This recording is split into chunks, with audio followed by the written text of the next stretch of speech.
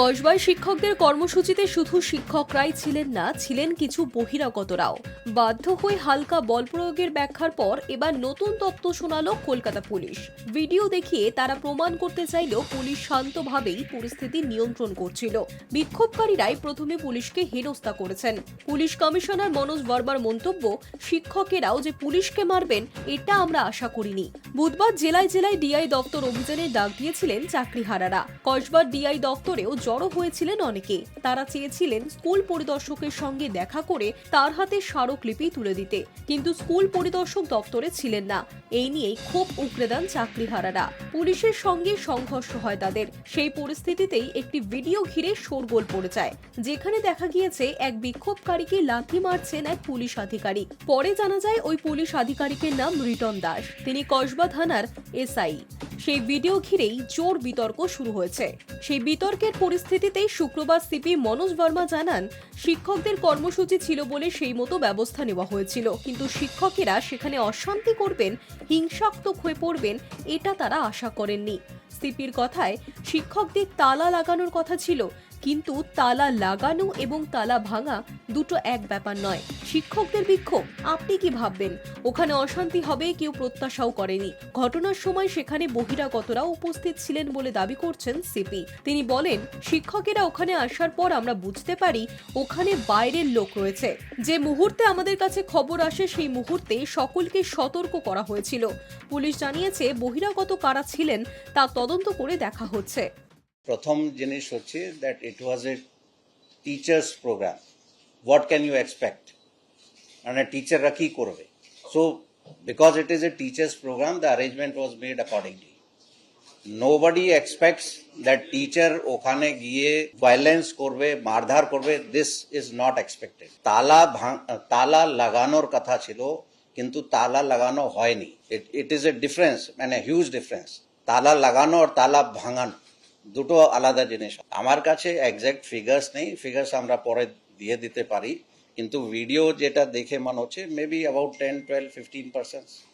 প্রথম হচ্ছে যে অফিসার যার আগেনস্ট এইরকম অ্যালিগেশন এসছে, আপনারা ওর মেডিকেল রিপোর্ট একটু দেখলে ভালো হবে, ওর কীরকম ইঞ্জুরি হচ্ছে। প্রথম তো হচ্ছে ইট was a teachers programme, nobody expects টিচাররা পুলিশকে মারবে, এটা কারো এক্সপেকটেশন ছিল না, তবু মারা হয়েছে।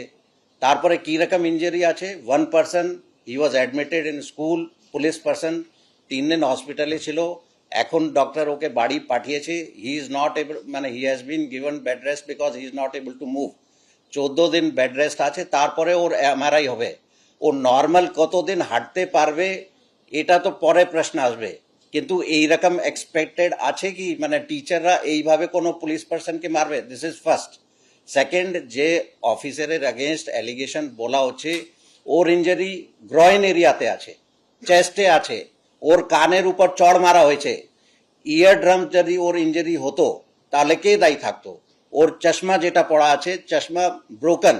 ওর চোখে যদি কোনো ইঞ্জুরি যদি হতো তাহলে কে দায়ী?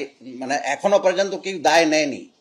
মানে সব থেকে আনফর্চুনেট যেটা আছে, পুলিশের আগেনস্ট অনেক কিছু বলা হচ্ছে, মানে বিভিন্ন রকম অ্যাডজেক্টিভ দিয়ে মানে বলা হচ্ছে, গুন্ডা আছে, ডেমন আছে, ডেমোনাইজড, ব্রুটালাইজড, মানে অনেক কিছু ইউজ হচ্ছে।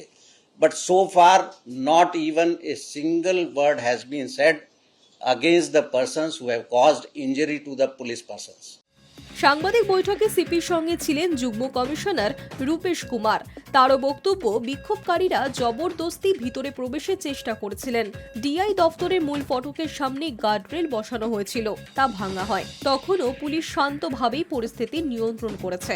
বিক্ষোভকারীরা ভিতরে প্রবেশের পর শেষ কোলাপসিবল গেটের কাছেও জমায়েত করে। ওই গেটও ভাঙার চেষ্টা করা হয়। ভিডিও দেখে রূপেশ কুমার দাবি করেছেন, বেলা 12:18 প্রথম ব্যারিকেড ভাঙা হয় তালাও। এরপর 12:30 পুলিশকে হেনস্থা। তার আগে পুলিশ ফোর্স ব্যবহার করেছে, এরকম কোনো প্রমাণ পাওয়া যায়নি। পুলিশ শান্তভাবেই অনুরোধ করেছিল। পুলিশের 13 জন জখম হয়েছেন।